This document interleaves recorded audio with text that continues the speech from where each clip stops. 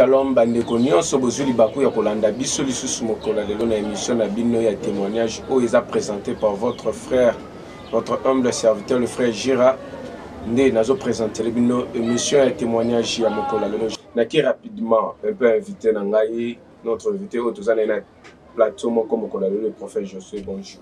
Merci, bonjour. Bonne santé. Oui, santé eza bien nangolo na Nzambe, je crois nyonso za biso pensa pour tambola malamu. Église oui, église garandé tozo loba, toza na chantier. Toza pour continuer construction malgré mikolo to pema ki ba cause ya ba moyen. Même que nous sommes sur la biso quand même, mais je crois que nous sommes sur la bisala pour continuer la construction de la biso. Mais à part ça, l'église ensemble est au malamu.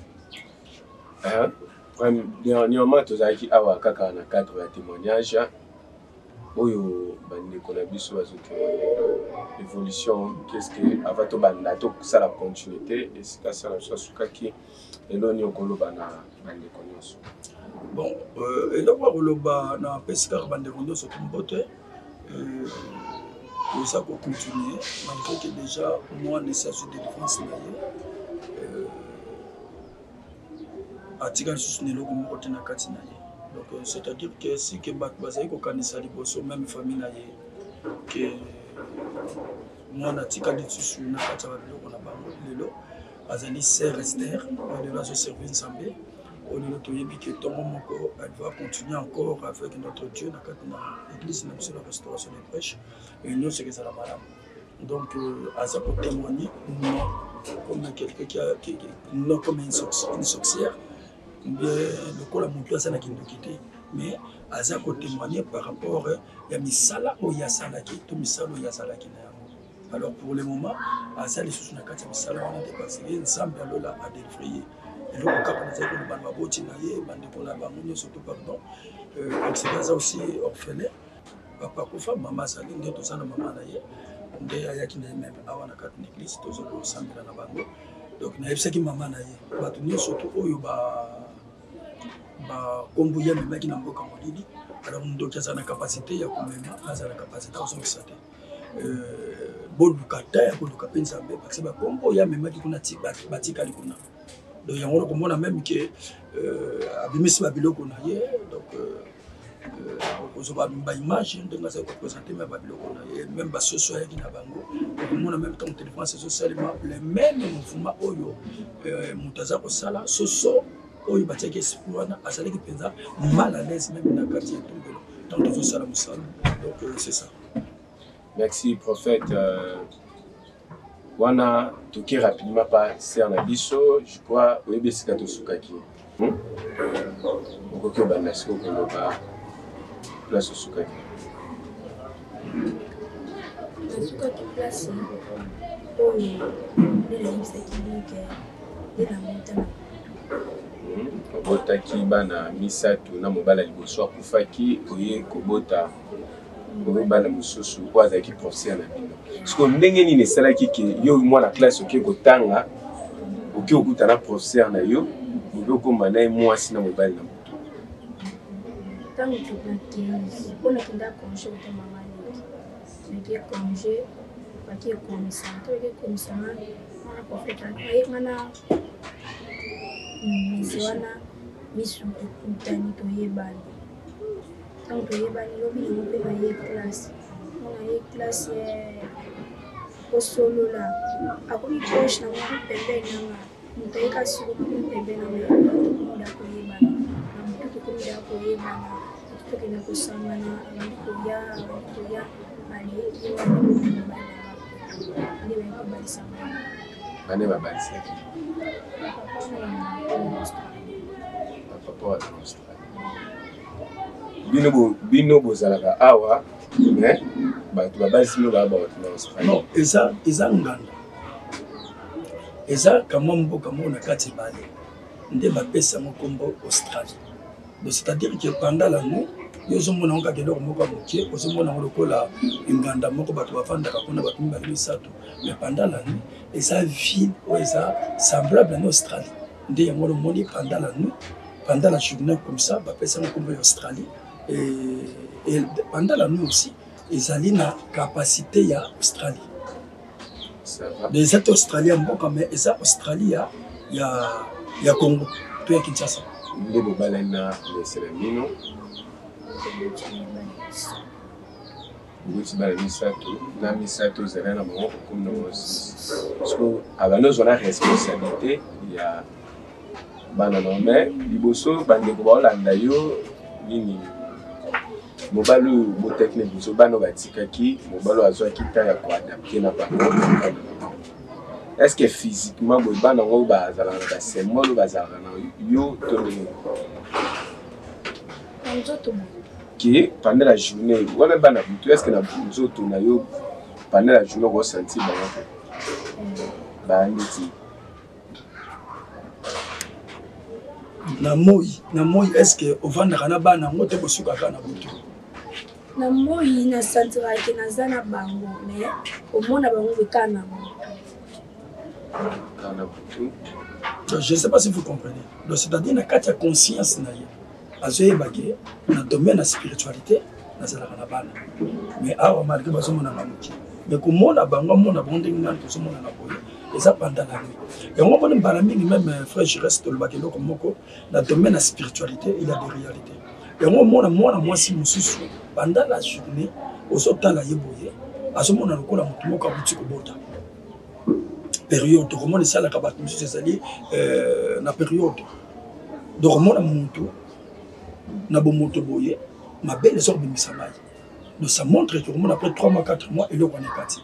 Après 2 mois c'est c'est-à-dire motoana so ça na s'accélérer inconscient, c'est-à-dire que azak obota parce que dans le domaine de la spiritualité moi ça peut bota même na sanza moko na 1 mois to na 2 mois pardon 2 fois mbala moko pardon na 2 mois ça peut bota mbala moko to comme na une année par rapport à penser na ye akoto ko bota peut-être sur 3 ou 4 fois.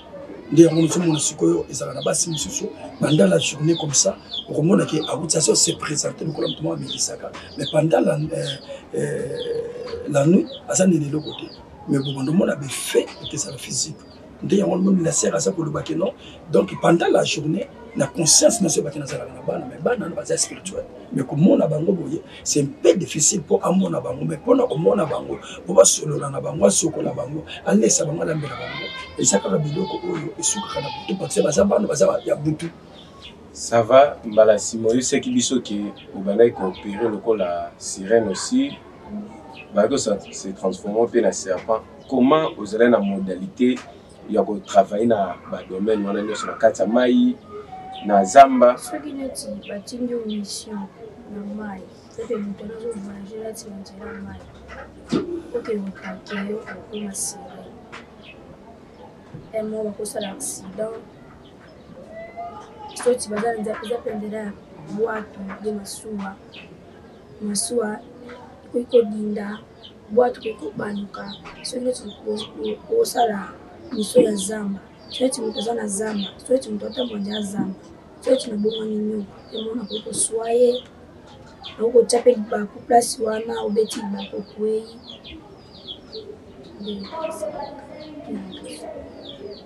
sikoyo et arrive à peu des jours qui l'église que Sambela ou bien vous avez déjà baptisé vous avez déjà baptême et pas net et les gars les baptême ma prophétesse wana ana ma prophétesse bayi kana ma prophétesse ko sama na oza baptême na mai aminisinga po bayeba ke po alaki koloba ayebisa pe kumama biso ali monunda bazana étoile makasi kutuka suna bindise na mai au mwanda prophétiser abindisa mape na mai na biminga pe wato sa prophétie ba bato jamu sabona kuna sur la profession on va qui peut ça ezaki ya normal ezaki ya solo to ezaki ya moto eza solo ko nazomona kati na yo no yebiso likambo na mtu sana eza solo eza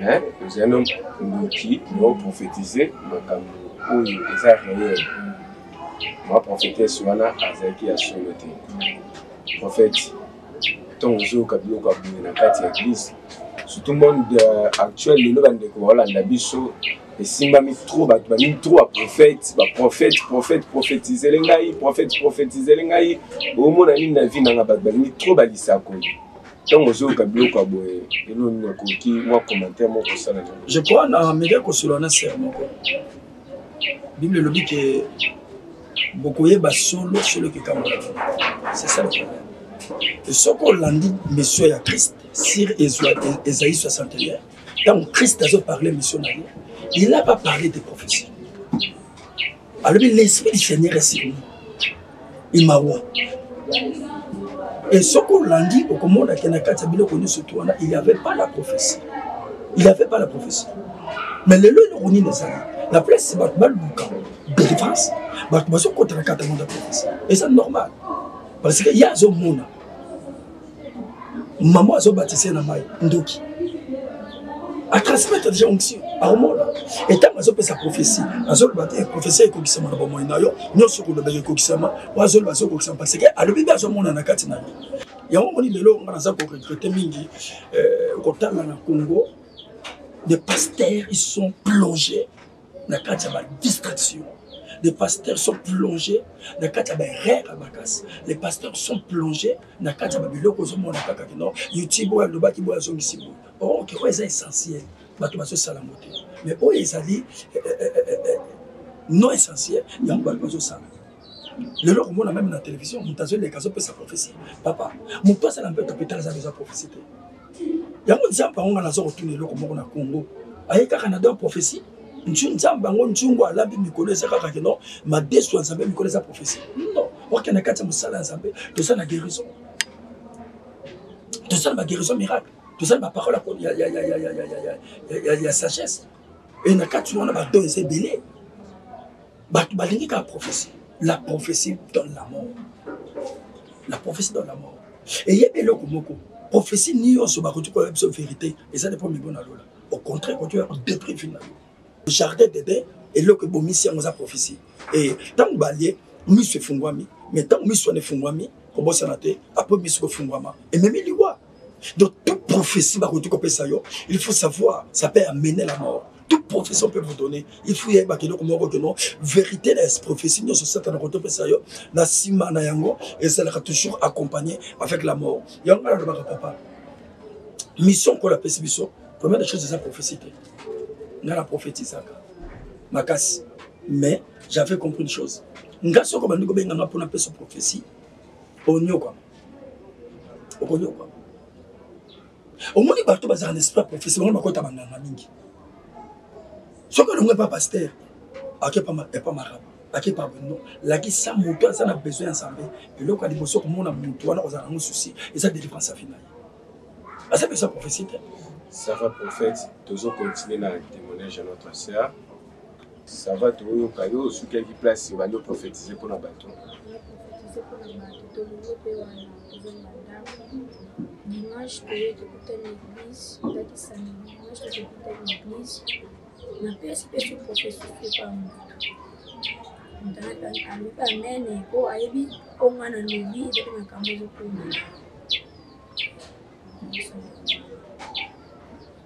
Après, on continue qui n'a eu musala na yo. On continue qui en parce que ça oyo ça les lots ça déjà musala oyo ça qui les lots tu es déjà délivré. Donc on continue qui nini. On continue qui non ma prophétie na ika iko à côté pe na katani. Siko ceux qui pèsent un peu de que nous pouvons missionner par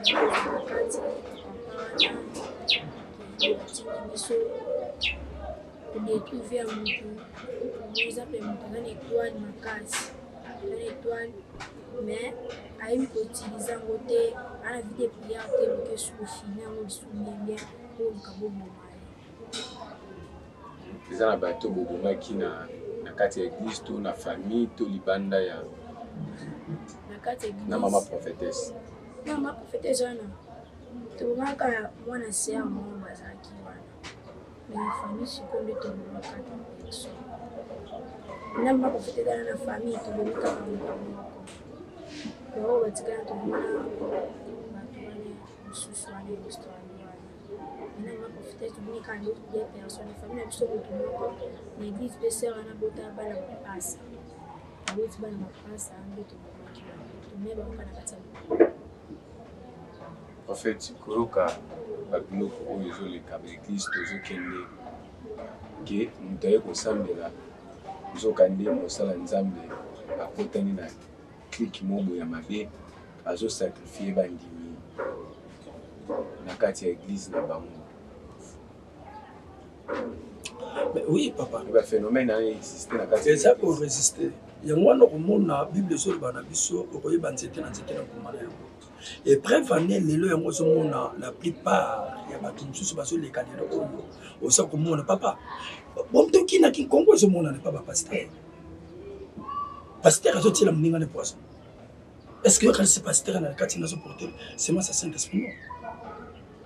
Donc et ça problème aux hommes même na kati ba pasteur bondo kezali na kati ba prophétesse bondo kezali to ba mama ko prophète ko bangi sabato ko sambela non bato ba ko ko banga ko sambela te problème c'est na vent ozole kamikolo na église de réveil na ko yoka ba mama vent ozole kalelo na église de réveil Jira ezali ko la kisa misala ya bato même nga nazo regretter mosala nzambe moko ba sala nzambe ndenge bazo leka bazo mona likambo ngo lokola eloka ko sakana nango izo la passe et donc au comment que papa pour moi mosala nzambe même quand tu leka kabo yo ressentir non ça c'est un homme de Dieu ressentir ngo tant nga nazo ba likambo suis sérieux lelo zo mona pasteur azo leka azo sala amemi comédie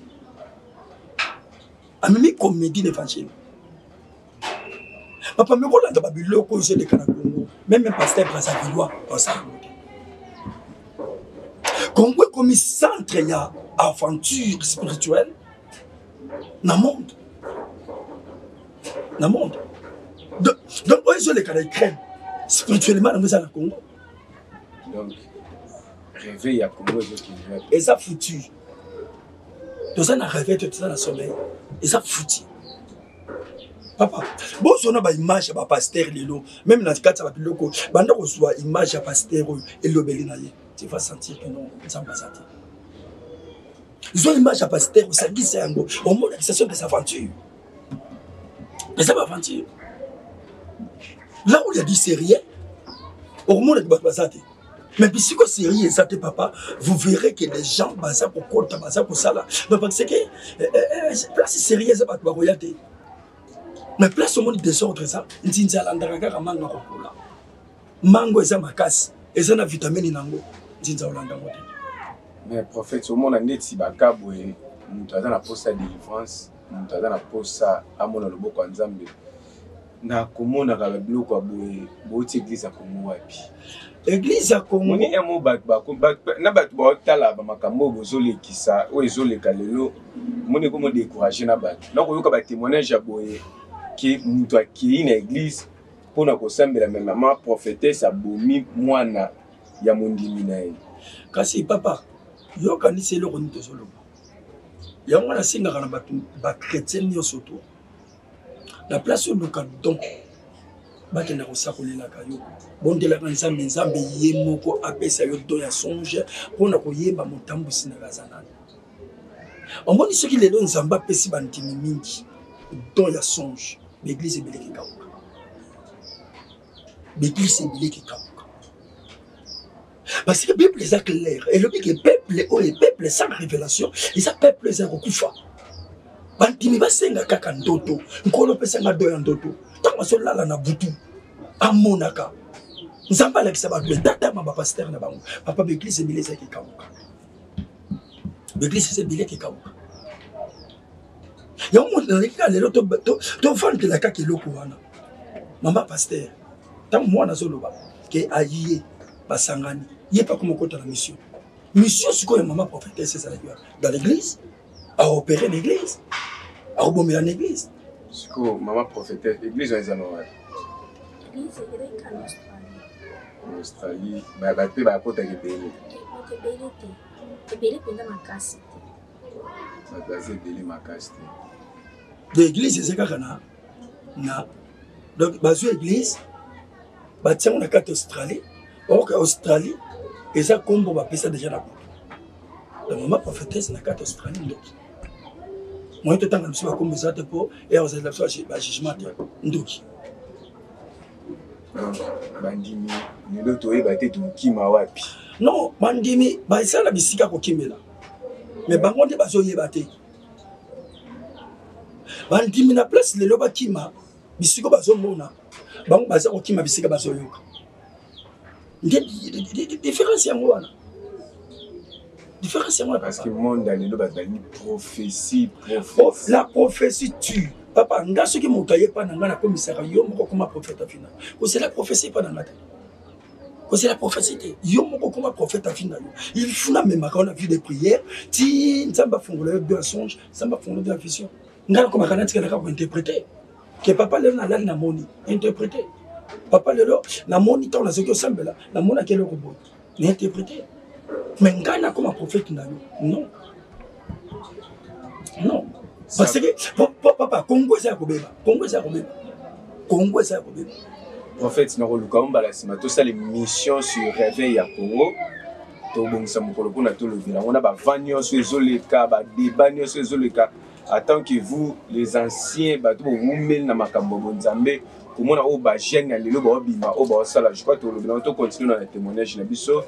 Dernièrement au lobaki likambo ya basoso, au lobaki likambo ya ba avion wana directement nazo senga na régie ati la biso ba objet wana o ba yaki nango parce que tant to yokaka ke avion na butu to yokaka olobaki mukila na yo olobaki na moni ozo présenter ngo wana olobaki encore nini mukila yango permettre quoi ba gilet c'est ça ba gilet bambeli commentaire nino ko sala par rapport ya biloko présenter na église.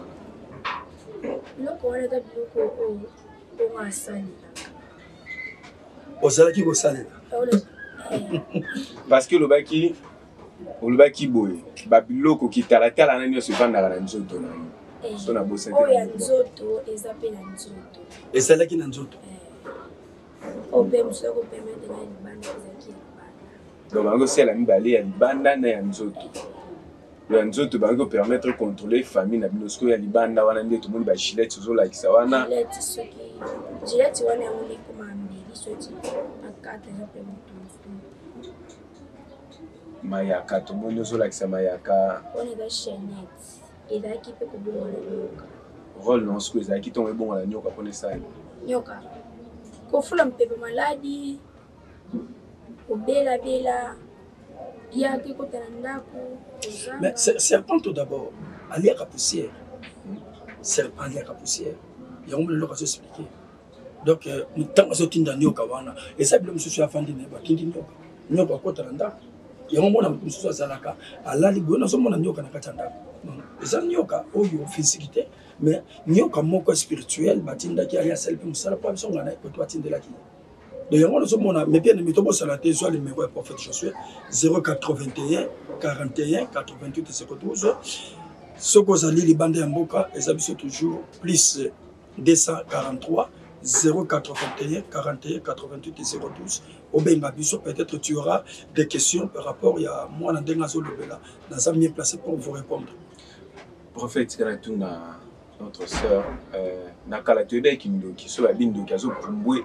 Tu veux qu'il m'ait dit combo, tu veux qu'il faut soigner le banalité qui nous qui évolué, nous n'avons pas présenté la quête et ça va affirmer. Je voudrais répondre. Non, je m'excuse parce que Limbisa a répondre. Parce que il y a répondre. Dans le domaine de l'évolution, il y a s'accélérer. Bango baza bato ba yena sima.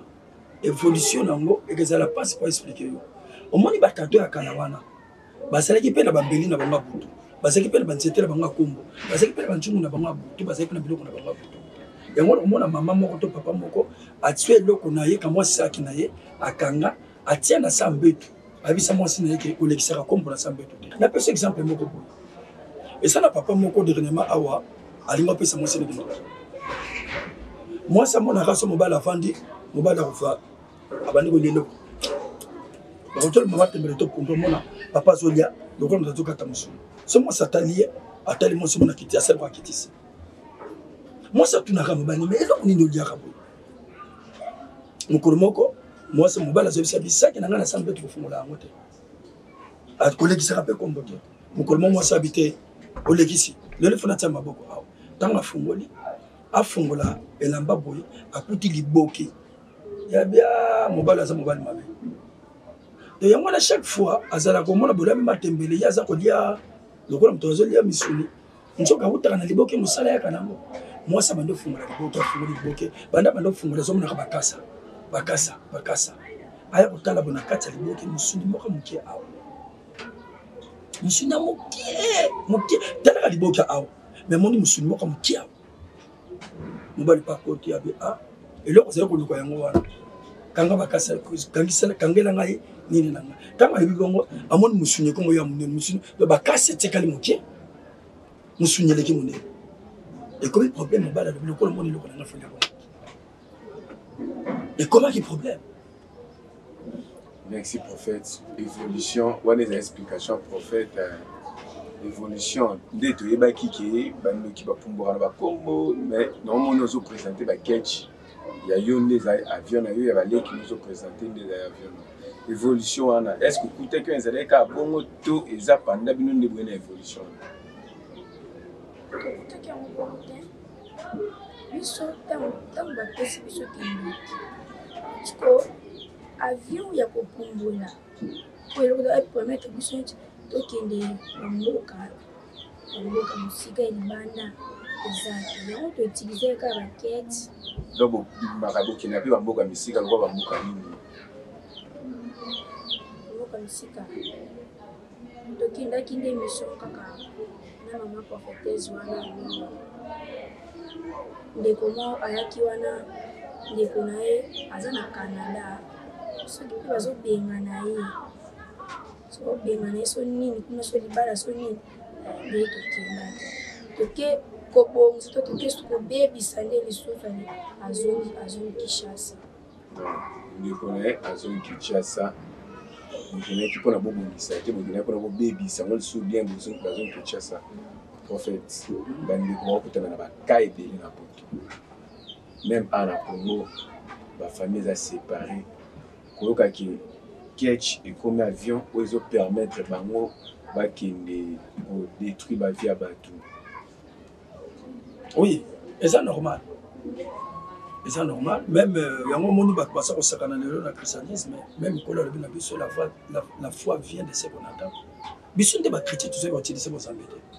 Yé banto ki ba yebisi kaka de kamba yo ki mettre en pratique. Nde yango moni ba le connaît surtout be fait voilà. Donc ce qui est important c'est quoi? Nde kwa za na poto yazo kanisa lokula kimaki bantu batu na Kinshasa wa ake poto azo kanisa lokula ki bantu ki ba kolanda yete aucun ndoki passa la fille wa ça n'a besoin visiter ça n'a besoin carburant ça n'a besoin reporter donc yazo kanisa kinda kuno ndenge za luana avion kinda kuno munene aucun nda kuno avion bantu yekiti ba ça l'opération na bango ya mwana moni muntu azangi Yesu malo bateke azamakasi bato oyo bazangi Yesu bali batema makasi yango wana mona epai ba chrétien mais bien aimé ba chrétien baza na se ya distraction mais au moins appelle ser wana comme ça l'église mon rappel donner tout le bazaki ala kini azala Kinshasa bazangi ça c'est que tant bazangi si yo pourquoi parce que mutasi na Yesu bango tant ba ki ba envoûté ba pebisi makambo so na ser obebisa na mutasi ngi Kinshasa mais maman prophétesse a contribué ndeko na ye moko problème ya sorcellerie eza ke ndoki atikaka te moto aévolue ndoki tika moto aévolue te ndoki atikaka moto aévolue te donc yango wana kozomona na baimage comment ke batete France ezosalema alors la sœur aujourd'hui elle a pris sa délivrance mais sikoyo moto azalaki na Canada alongai Canada soki Kinshasa nalingi apa to continuer na osenga image ya délivrance procédure nini ou ça que le lot se retrouver na beaucoup de prophètes pour na au Canada délivrance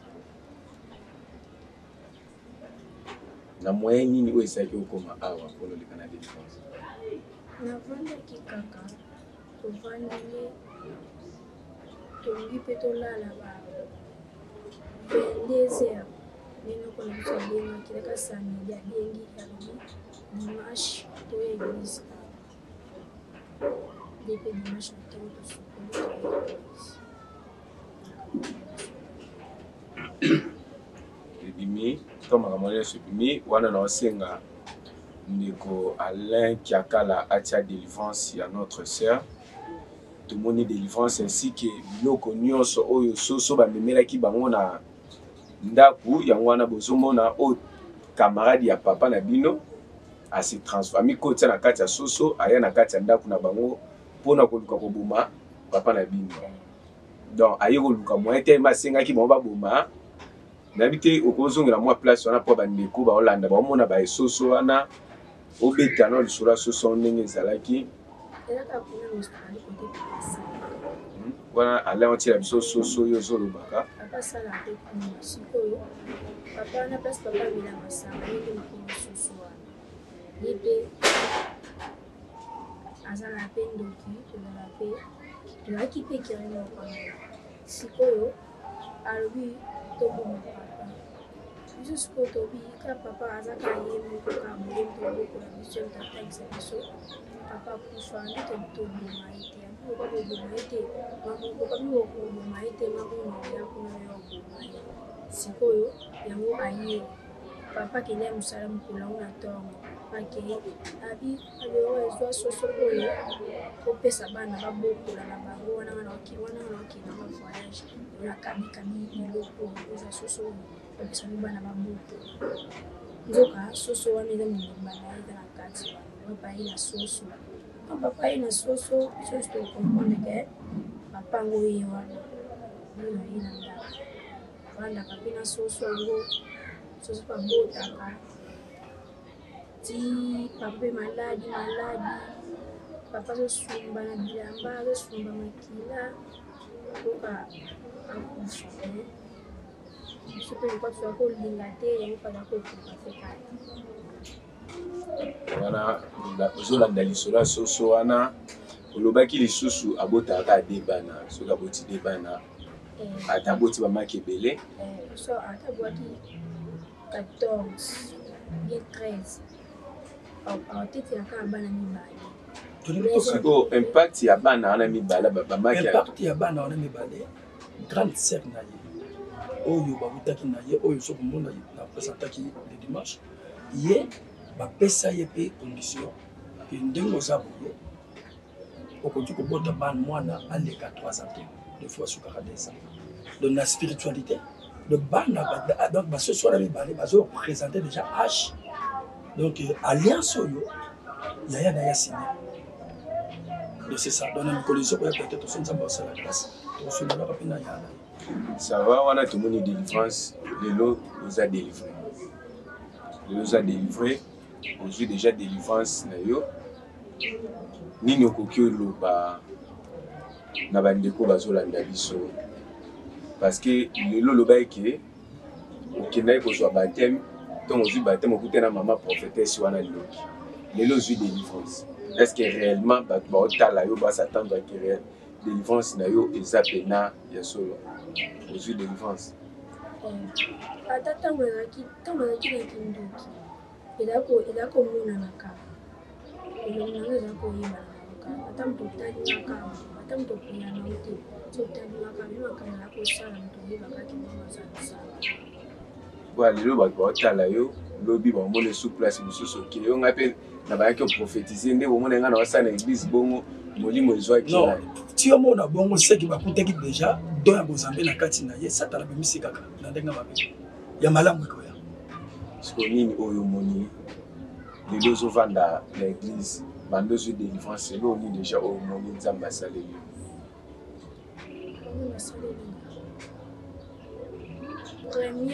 première jour kano oyo basalanga délivrance ntango bamatisinga likolo ya chere malali wana na wasenga te Alain atia image oyo batie likolo ya chere wana oloba ntango basilisima délivrance bamatika likolo ya chere malali omona sikoyo naa na kati ya mai bato sikoyo bazinginga bazinga ma yango siko mulai makasi masiko basala bana bato bazinga na moi siko lumière euti likolo ekiti bana kati ya mai lumière makasi mpenza lumière mpena moto bato wana bakwei ntango bato wana bakwei nga siko na bimi na ndenge na bimi mpe nayebi tata ndenge nabimelaki na bimi na place yango na bimi polele place yango mokili yango polele ata moto te nini te apres omona place mosusu navandi siko na kati ya molili naomona te maboko ya bato eyebisanga simba maboko omata ntango nasimbi maboko na mati boye namonaki elongi ya paster Josué namona mpe na elongi ya paster Rems babenginga bakotisinga na ndako moko boye nata robe ya noir kitambala noir sikoyo bakotisinga na ndako wana bachange nga bilamba nati sikoyo robe ya pembe eza na basinga mibale a sikoyo ntango tobimi libanda tomoni bato moya noir balati noir ebele bazoya peta liboso toboya liboso bapaster esenga kobi kobanga te moka singana simba ngo mibale na simbi bana siko kobeta boka basingana bandi ko kobeta bango basingana siko bakoya kala basingana obeta yamona lingi bango singana na bambi bango kuna ti basilaki après mono yoyoka makile nde paster waloba après nde sale na lamuki bango. Merci bandeko nyonso redécortiquons peut-être en fait je crois lelo notre sœur a eu délivrance Olandi. Je crois que c'est la première fois que vous avez témoignage. Oui, dans ça c'est plus parce que depuis le jour où nous avons eu délivrance, c'était dans dimanche. Donc nous avons eu un commentaire commentaire tu retiens mais pour nous avons gardé alors le dimanche pardon la mission est pour clôturer yozolinga donc tu tiens une émission mon te clôturer après tu continuer la bataille. Merci. Je crois le basuka conseil groupe ça na partie auto salina oyo vie on continuer ainsi que le numéro de téléphone. Bon bateau bazwana non ndeko jula psona mukanda ya Romains chapitre 8 banda partir ya banda ka partir 1 bando kitana yo. Il n'y a donc maintenant aucune condamnation pour ceux qui sont en Jésus-Christ. En effet, la loi de l'esprit de vie en Jésus-Christ m'a affranchi de la loi du péché et de la mort. Car chose impossible à la loi, parce que la chair la rendait sans force. Dieu a condamné le péché dans la chair, en envoyant à cause du péché son propre Fils dans une chair semblable à celle du péché. Et cela afin que la justice de la loi fût accomplie en nous, qui marchons non selon la chair, mais selon l'esprit. Ceux, en effet, qui vivent selon la chair, s'affectionnent aux choses de la chair, tandis que ceux qui vivent selon l'esprit s'affectionnent aux choses de l'esprit. Et l'affection de la chair, c'est la mort. C'est la mort. Donc, conseil mon qu'on peut sabato. Bah, je dois toujours remettre chapitre 8 batanga. Le bateau batanga ma mingi, na biloko ezali spirituel et tout bon ma biloko ezali chair. Et chair et même toujours là. Donc, bateau bakota na profondeur à koluka nzambe afin que vie à bateau ezala délivrée, vie à bateau ezala sauvée. Ndé ya moi ezali nécessaire. Ce qui nous colle à que bateau bazana nous na kati ya profondeur à nzambe te et cause à la passe. Batanga toujours remet chapitre 8 batanga au mobimba et ko aider bango. Et le numéro de notre téléphone ezali toujours plus 243 81 41 88 012. Donc là, si vous avez besoin toujours, peut-être s'il y a des questions. Ce qui pose un problème, il y a un problème, il y a une équipe d'intercession. On peut toujours vous dire il y a la prière afin que nous soit réponse à ma problème. Merci Bandegonios Sobozuli Bakuya Kolanda Biso na témoignage Mokolalelo, c'était votre humble frère Gérard. Nena Yambela Kibno, prophète Josué na émission ya témoignage Lelo. Bongo, Bobo Sanako Emete, Bo s'abonner à la chaîne Nabino, Tukutani Mbalasima. Bye bye.